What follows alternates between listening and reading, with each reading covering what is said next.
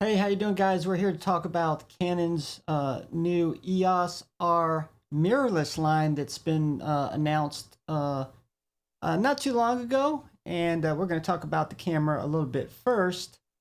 And it's actually a new line utilizing their new RF mount, and adapters will be available. In fact, we've got three here, just your standard EF to RF mount, one with a control ring adapter, and also one with a drop-in filter adapter as well. So kind of when I was looking at some of the comments, reviews, and other things, there's been quite an internet uproar over this camera. And so we're going to kind of go over some of it. And obviously one of the most hated about this camera is, well, for one thing, it is they advertise it as a full frame sensor, but in 4K it's actually cropped, 1.8 crop on it in 4K. And here's some of the other things they said about the camera as well. Single card slot, internal recording, 8-bit 420, internal codec. And even one website, I think it was EOSHD.com, said pathetic slow motion in 720p, which is, I believe, 120 frames per second. Now, let me kind of talk about the misleading on the full frame. Now, I could first off, I could see why people are kind of upset.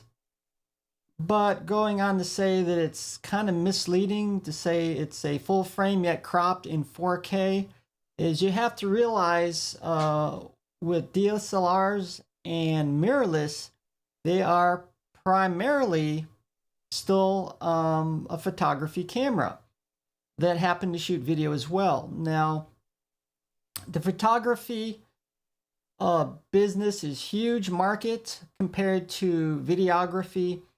So we'll probably see, it's kind of really a big trade-off, but we're going to get that in a minute.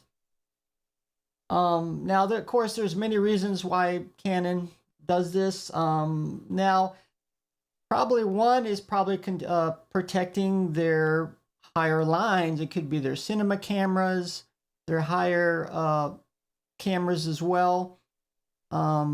Because why buy a higher price camera when you can get the same or more features in a lower price camera, right?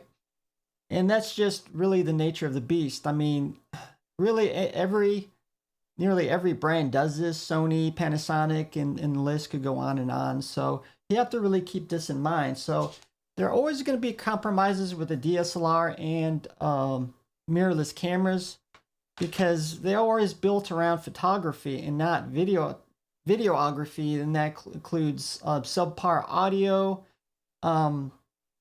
handling for such a camera, small camera. Often you're not going to get very good stabilization, and the list goes on and on. So, you know, I could see both parts of the argument.